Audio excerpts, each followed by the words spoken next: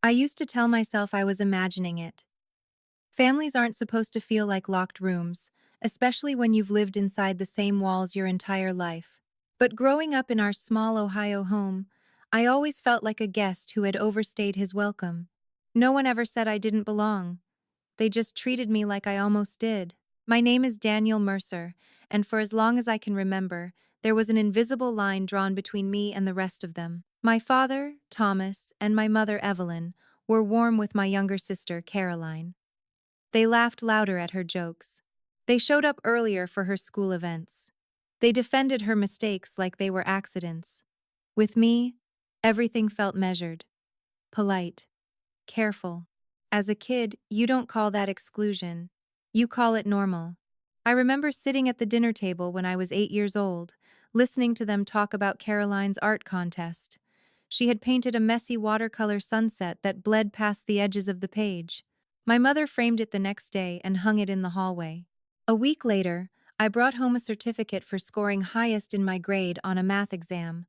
My father nodded, told me to keep it up, and went back to reading the newspaper. The certificate stayed folded in my backpack until it tore. It wasn't cruelty. That's what made it confusing. They weren't abusive. They weren't neglectful in the way you see on television. I had food, clothes, birthday presents, but affection felt rationed. Approval felt conditional, and closeness always seemed to stop just short of reaching me. As I got older, the distance became more defined. When family photos were taken, I somehow always stood at the edge. When decisions were made about vacations or holidays, I found out after plans were finalized. They didn't exclude me outright. They just forgot to include me. At least that's what I told myself. By high school, I had developed a quiet habit of observing before speaking. I learned that if I stayed agreeable, I wouldn't disrupt whatever fragile balance existed. My sister thrived in the center of attention.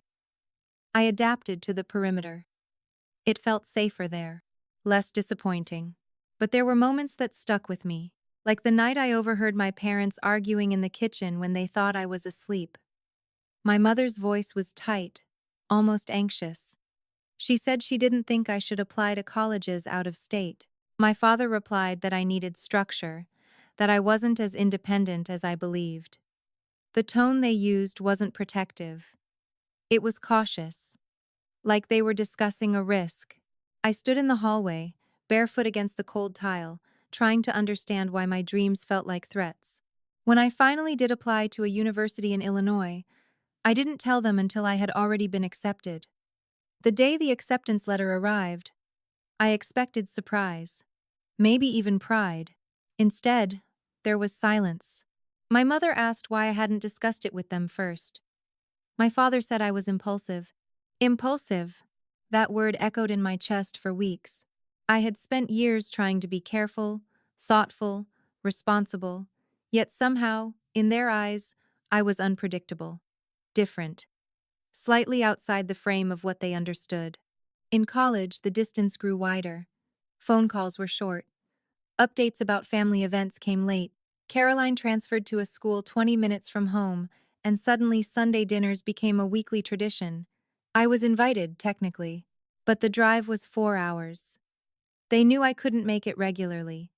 The invitations felt symbolic, like checking a box. I started to wonder if the distance wasn't accidental. I replayed childhood memories with a new lens, the way my grandparents sometimes looked at me with something softer than familiarity. The way neighbors would tilt their heads and say, I didn't resemble my father much. I had always brushed it off. Genetics are funny. Families don't always mirror each other. But the thought lingered. The real shift happened the winter I turned 24. I came home unexpectedly after losing my job in Chicago. The company downsized, and my position vanished overnight. I didn't tell my parents ahead of time. I just packed my car and drove through the snow, needing somewhere steady to land. When I walked through the front door, the reaction wasn't relief. It wasn't even concern. It was alarm. My mother froze in the hallway. My father's jaw tightened like he'd been caught off guard. Caroline stared at me like I had disrupted something delicate. No one hugged me. No one asked if I was okay. Instead, My father asked how long I planned to stay. That question did something to me. Because in that moment, standing in the house I grew up in, I realized I wasn't returning home. I was intruding. The air felt thick with something unspoken. My mother avoided eye contact. My father kept glancing toward the living room, where a stack of papers sat on the coffee table. Caroline excused herself too quickly. And for the first time in my life, I didn't just feel distant. I felt like I had walked into a story that was never meant for me. That night, lying awake in my childhood bedroom, I stared at the ceiling and let the question form fully for the first time. What if the distance was intentional? What if there was a reason I was always kept just close enough to belong but never close enough to matter? The next morning, I decided I was done pretending it was coincidence. And I had no idea that by the end of that week, I would finally understand why they never let me all the way in. The next morning, the house felt staged. My mother moved through the kitchen with mechanical precision, wiping already clean counters. My father sat at the table with a mug of coffee he barely touched. Caroline kept her eyes on her phone, fingers moving but screen dark. No one asked how I slept. No one mentioned my job. It was as if my sudden return had created a ripple they were all pretending not to see. I told myself I was being dramatic. But tension has a sound. It hums beneath silence. And I could hear it clearly. After breakfast, my father said he needed to run errands. My mother offered to go with him, which was unusual. They rarely left together in the middle of a weekday. Caroline disappeared into her room the second the car pulled out of the driveway. I stayed in the kitchen, staring at the coffee cup my father had abandoned. Something in me had shifted overnight. I wasn't the careful, agreeable son anymore. I was 24 years old, unemployed, and suddenly aware that my entire life might have been built on partial truths. I didn't know what I was looking for, but I knew I wasn't done accepting surface answers. The stack of papers I'd noticed in the living room was still on the coffee table. I walked over slowly, half expecting someone to stop me. The top sheet was an insurance statement. Beneath it were medical records. Names I recognized. Dates I didn't. And then I saw it. A folder with my name printed in block letters. Not Daniel Mercer. Daniel Hayes. The air left my lungs in a single, sharp pull. Hayes wasn't our last name. I told myself it had to be a mistake. A clerical error. Maybe an old document from before my parents married. My hands trembled as I opened the folder. Inside were hospital forms dated 24 years ago. Birth records. Legal paperwork. Adoption agreements. The word adoption stared back at me in clean, undeniable ink. For a few seconds, my brain refused to process it.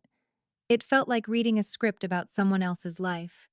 I flipped through the pages faster, searching for context that would make it less real. There was a name listed under biological mother. Margaret Hayes. No father identified. My chest tightened, not with anger, but with a strange, hollow clarity. The distance. The caution.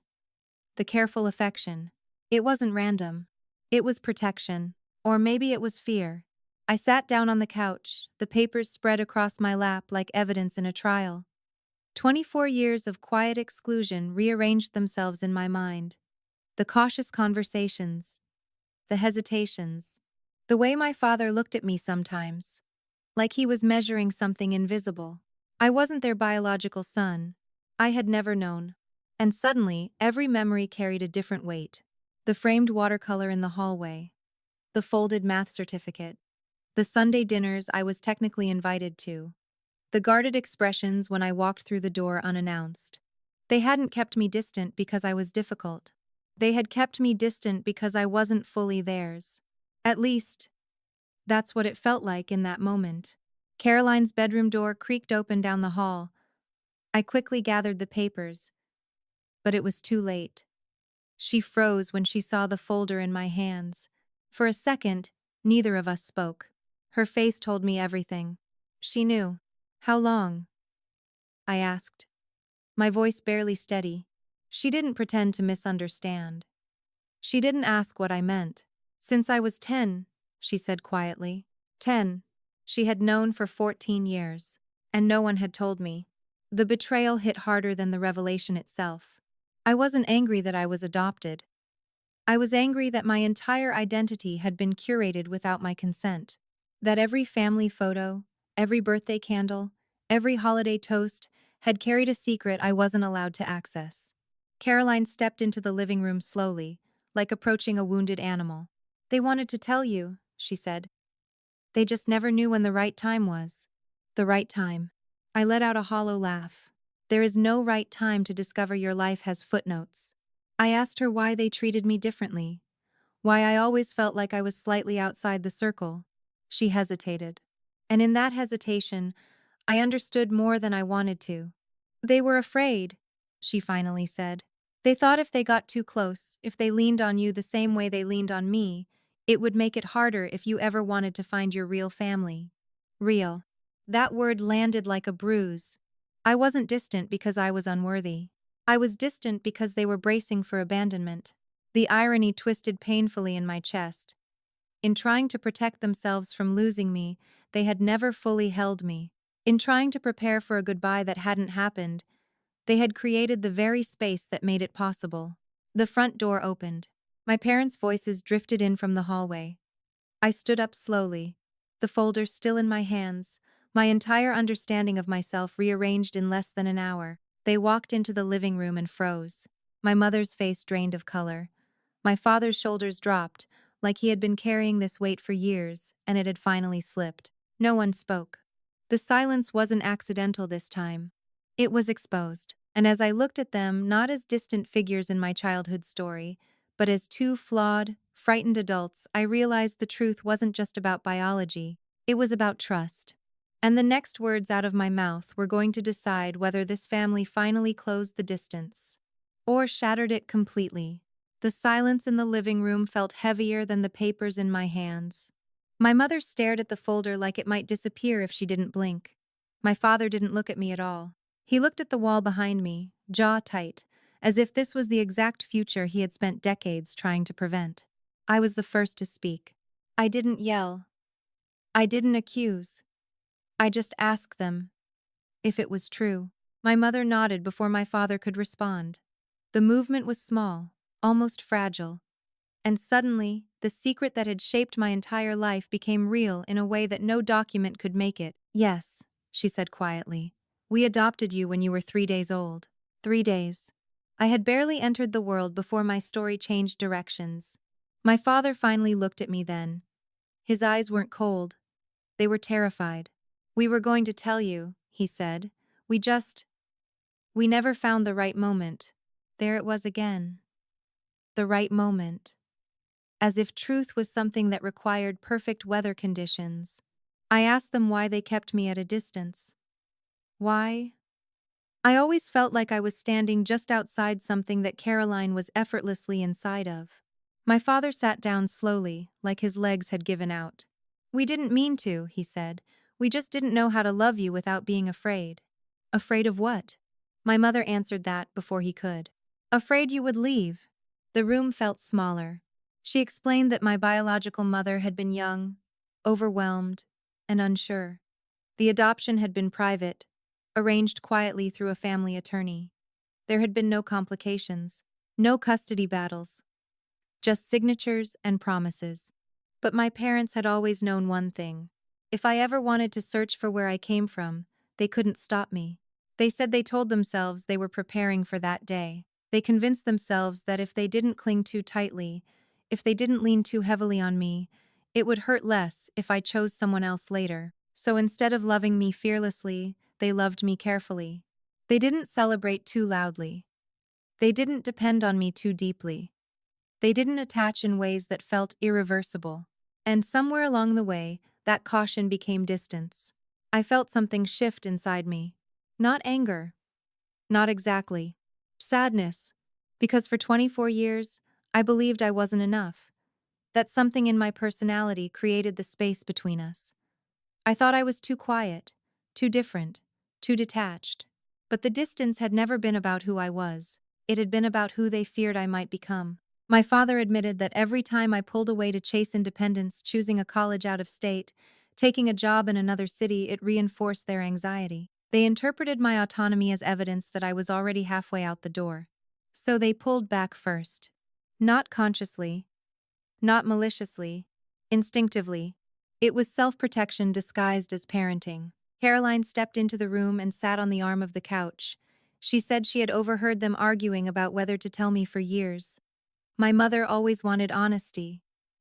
My father always wanted certainty. He didn't want to risk losing me to curiosity. The irony settled in slowly. They had feared abandonment so deeply that they created emotional space as a shield. But that shield became the very thing that made me question whether I belonged. I asked them if they ever thought about how it felt from my side. My mother's eyes filled with tears. She said she saw the way I stood at the edge of family photos. She noticed how I hesitated before joining conversations. She said she told herself I was naturally reserved. They interpreted my adaptation as personality. I interpreted their caution as rejection. Two completely different stories built on the same silence. The weight of that realization pressed down on me. Not because it excused everything, but because it complicated it. I wanted a villain. I wanted a clear reason to be angry. Instead, I found fear. Flawed, human fear. My father finally said the thing that broke through everything. "We never loved you less," he said. "We just loved you scared." Loved you scared. That sentence lingered in the air between us. I believed him. That was the hardest part. Because if they had been cruel, this would be simple. If they had rejected me outright, I could walk away cleanly. But they had loved me, just not bravely. And bravery is what I needed. I sat down across from them and let the silence breathe differently this time, not as avoidance, as reckoning. I told them I had never planned to search for another family, that I didn't wake up every day feeling incomplete. I told them I had only ever wanted to feel fully chosen, not cautiously accepted. Fully chosen. My mother reached for my hand slowly, like she wasn't sure she was allowed. For the first time in my life, I didn't feel her holding back. The fear was still there, but it wasn't steering anymore. The distance between us had never been about blood. It had been about vulnerability. And now that the truth was finally sitting in the open, raw and undeniable, we had a choice. We could keep loving each other carefully, or we could finally risk loving without a safety net. But risking it meant something terrifying for all of us. It meant trusting that I wasn't already halfway gone. And I wasn't sure yet if they were ready for that. The hardest part wasn't finding out I was adopted. The hardest part was deciding what that truth meant. For days after the conversation, the house felt different. Not tense, not hostile, just exposed. It was like someone had removed the wallpaper and revealed the raw framework underneath. Every interaction carried a new awareness. Every glance held a question that no one quite knew how to ask. I stayed longer than I originally planned. Part of me wanted to leave immediately, to drive back to Chicago or anywhere that didn't feel layered with memory. But another part of me knew that running now would confirm every fear they had built their lives around. And I was tired of being the symbol of someone else's anxiety. One evening, I found my mother alone in the kitchen. She was stirring a pot on the stove, but her movements were distracted. I asked her why they never told me sooner. Not accusingly, just honestly. She admitted that every year, they set a mental deadline. When I turned 10, when I started high school, when I left for college. But each milestone made the risk feel larger. What if I felt betrayed? What if I pulled away? What if biology suddenly mattered more than history? They kept postponing the truth in hopes that love would feel undeniable by the time I heard it. But love doesn't grow stronger through secrecy. It grows fragile. Later that night, my father knocked on my bedroom door. He sat at the edge of the bed, the same way he used to when I was a kid pretending to be asleep. He told me something he had never admitted out loud. When they first brought me home, he didn't feel instant connection. He felt pressure, responsibility, fear of doing it wrong. He worried that if he made a mistake, it would confirm some invisible narrative that adopted children eventually leave. So he kept a small emotional reserve, convincing himself it was wisdom. "I thought if I didn't lean too hard on you," he said, "it wouldn't break me if you chose someone else one day." That confession didn't hurt the way I expected. It clarified everything. For years, I believed I was on the outside looking in. But in reality, We had all been standing at the edge of something, waiting for the other person to step forward first. The distance wasn't a wall, it was mutual hesitation. The next morning, I asked them something they clearly weren't prepared for. I asked if they had ever contacted my biological mother after the adoption. The question made my father stiffen, but my mother answered calmly. They hadn't. The agreement had been closed. Clean. Final. Then I asked something even harder. If I ever decided to look for her, would they support me? The silence that followed was different from the others. It wasn't defensive. It wasn't evasive. It was afraid. But this time, they didn't hide behind that fear. My father nodded slowly. My mother reached across the table and squeezed my hand. They said they would be scared, but they would stand beside me. Not because they weren't afraid of losing me, but because they finally understood that holding me loosely had already been its own kind of loss. That was the moment everything shifted. Not when I found the papers. Not when they confessed. But when they chose trust over protection. I realized something powerful in that instant. Belonging isn't about blood. It's not even about history. It's about being fully seen and still chosen. For the first time in my life, I felt chosen without hesitation. That didn't erase the years of distance. It didn't rewrite the quiet dinners or the folded certificates. But it reframed them. We weren't a broken family pretending to be whole. We were a scared family learning how to be brave. A week later, I packed my car to return to Chicago. Not because I was running, but because my life was still there, waiting for me to rebuild it. This time, when I stood in the driveway, my father hugged me without restraint. My mother didn't hold back her tears. Caroline squeezed me so tightly I could barely breathe. It wasn't dramatic. It was real. And as I drove away, I realized the title of my life had changed. My family had always held me at a distance. But not because I didn't belong. They held me at a distance because they were terrified of loving me without guarantees. The truth didn't push me further from them. It brought us closer than we had ever been. And somewhere on that long stretch of highway, I understood something that had taken me 24 years to learn. Belonging isn't about where you come from. It's about where you decide to stay. I don't know if I'll ever search for Margaret Hayes. Maybe one day curiosity will outweigh comfort. Maybe it won't. But now if I do, it won't be because I feel incomplete. It will be because I'm strong enough to explore my story without fearing it will erase the people who raised me. The distance that once defined my childhood no longer controls my future. Because now, I'm not standing at the edge of the family photo. I'm stepping into it, fully, without fear,